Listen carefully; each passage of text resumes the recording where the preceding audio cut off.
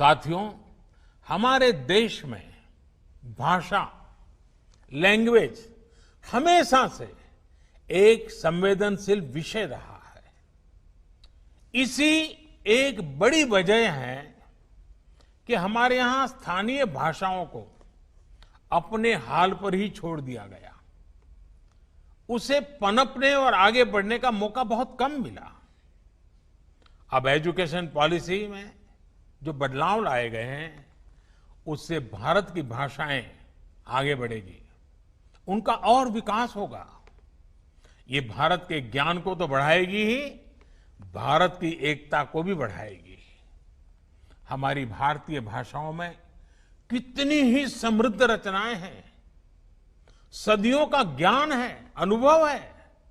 इन सब का अब और विस्तार होगा। इससे विश्व का भी भारत की समृद्ध भाषाओं से परिचय होगा। और एक बहुत बड़ा लाभ ये होगा कि विद्यार्थियों को अपनी शुरुआती वर्षों में अपनी ही भाषा में सीखने का अवसर मिलेगा। इससे उनका टैलेंट और पुष्पित पल्लवित होने के लिए मैं समझता हूं बहुत अवसर होगा। वो सहज होकर बिना दबाव के नई नई चीजें सीखने के लिए प्रेरित होगा। वो शिक्षा से जुड़ पाएगा। वैसे भी आज जीडीपी के आधार पर विश्व के टॉप 20 देशों की लिस्ट देखें तो ज्यादातर देश अपनी गृह भाषा, मातृभाषा में ही शिक्षा देते हैं। ये देश अपने देश में युवाओं की सोच और समझ को अपनी भाषा में विकसित करते हैं और दुनिया के साथ संवाद के लिए दूसरी भाषाओं पर भी उतना ही बल देते हैं। यही नीति और रणनीति 21वीं सदी के भारत के लिए भी बहुत उपयोगी होने वाली है। भारत के पास तो भाषाओं का अद्भुत खजाना है, जिनको सीखने के लिए एक जीवन भी कम पड़ जाता है और आज दुनिया भी उसके लिए लालायित है।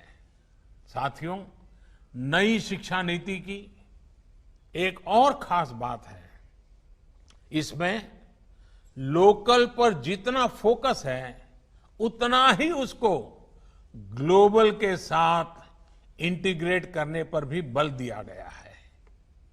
एक और, जहां स्थानीय लोक कलाओं और विद्याओं, शास्त्रीय कला और ज्ञान को स्वाभाविक स्थान देने की बात है, तो वहीं टॉप ग्लोबल इंस्टीट्यूशंस को भारत में कैंपस खोलने का भी आमंत्रण है।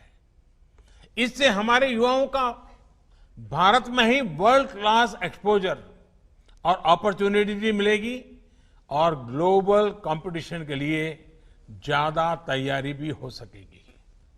इससे भारत में विश्व स्तरीय संस्थान के निर्माण में, भारत को ग्लोबल एजुकेशन का हब बनाने में भी बहुत सहायता मिलेगी।